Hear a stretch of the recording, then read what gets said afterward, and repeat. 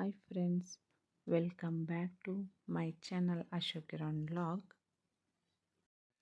ನಮ್ಮ ಮನೆಯವರು ಬೆಂಗಳೂರಿಂದ ಹಬ್ಬಕ್ಕೆ ಅಂತ ಬಂದಿದ್ದರು.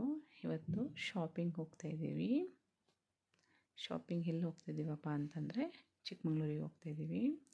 ನೋಡಿ, ನಮ್ಮ ಮನೆಯವರು ಬೆಂಗಳೂರಿಂದನೇ ದಿನಸಿ ಎಲ್ಲ ತೊಗೊಂಬರ್ತಾರೆ ಡಿಮಾರ್ಟಲ್ಲಿ.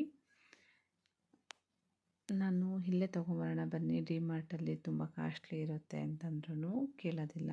ಬಟ್ ನಿಮಗೆ ಯಾವುದು ಡಿಮಾರ್ಟ್ ಬೆಸ್ಟಾ ಇಲ್ಲ ಅಂತಂದರೆ ದಿನಸಿ ಅಂಗಡಿ ಇಟ್ಕೊಂಡಿರ್ತೀರಲ್ಲ ಅಲ್ಲಿ ತರೋದು ಬೆಸ್ಟಾ ಅಂತಂದ್ಬಿಟ್ಟು ಕಮೆಂಟ್ ಮಾಡಿ. ನೋಡಿ, ಚಿಕ್ಕಮಂಗ್ಳೂರಿಗೆ ಹೋದ್ವಿ. ಹಬ್ಬದ ಹಿಂದಿನ ದಿನ ಎಷ್ಟು ಹೂಗಳು, ಹೂವಿನ ರೇಟ್ ಅಂತೂ ಈಗ ಕೇಳಂಗೆ ಇಲ್ಲ, ಅಷ್ಟು ರೇಟ್ ಆಗಿರುತ್ತೆ. ಸೇವಂತಿಗೆ ಹೂ ಬಂದ್ಬಿಟ್ಟು 100 ಇತ್ತು, ಚೆಂಡು ಹೂವು 80 ಇತ್ತು. ಇನ್ನು ಕುಂಬಳಕಾಯಿ ಕೇಳಿರಾ, ಅದು ಕೂಡ 50 ರೂಪಾಯಿ kg ಇತ್ತು. ಫ್ರೆಂಡ್ಸ್, ಇನ್ನು ನನ್ನ ಚಾನಲ್ನ ಯಾರ್ಯಾರು ಸಬ್ಸ್ಕ್ರೈಬ್ ಮಾಡ್ಕೊಂಡಲ್ಲೇ ನೋಡ್ತಿದ್ದೀರಾ, ಪ್ಲೀಸ್ ಸಬ್ಸ್ಕ್ರೈಬ್ ಮಾಡ್ಕೊಳ್ಳಿ, ಸಪೋರ್ಟ್ ಮಾಡಿ, ಹಾಗೆ ಫ್ರೆಂಡ್ಸ್ ಆ್ಯಂಡ್ ಫ್ಯಾಮಿಲಿಗೆ ಶೇರ್ ಮಾಡಿ. ನೆಕ್ಸ್ಟ್ ಹೋಗಿದ್ದೆ ನಾವು. ನೋಡಿ, ಹಿಂದಿನ ದಿನವೇ ಮಿಕ್ಸಿ ನಮಗೆ ಕೈ ಕೊಟ್ಬಿಡ್ತು. ಹಾಗಾಗಿ ಹೆಂಗೋ ಹೋಗ್ತಿದ್ದೀವಲ್ಲ ಅಂತಂದ್ಬಿಟ್ಟು ಮಿಕ್ಸಿನೂ ಸಹ ತಗೊಂಡೋದು ರೆಡಿ ಕೂಡ ಮಾಡಿಕೊಟ್ರು.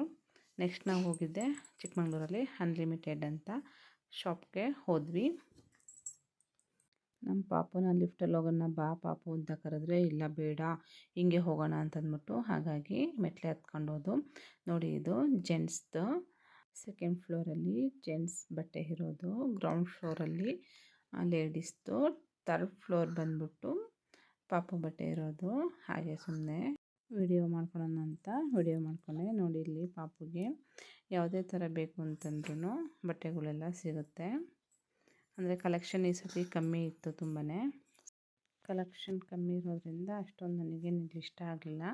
ಬಟ್ ನಮ್ಮ ಮನೆಯವರೊಂದು ಪಾಪುಗೆ ಸೆಲೆಕ್ಟ್ ಮಾಡಿದರು, ಚೆನ್ನಾಗಿತ್ತು. ಹಾಗಾಗಿ ಅದನ್ನೇ ತೊಗೊಂಬಂದು. ನೋಡಿ, ಇಲ್ಲಿ ಲೇಡೀಸ್ ಕಲೆಕ್ಷನ್ನು, ಅಲ್ಲೇನು ಜಾಸ್ತಿ ವಿಡಿಯೋ ಮಾಡೋಕ್ಕೆ ಹೋಗಲಿಲ್ಲ, ಯಾಕೆಂತಂದ್ರೆ ನನಗೇನು ಇಷ್ಟ ಆಗಲಿಲ್ಲ ಅಂತ.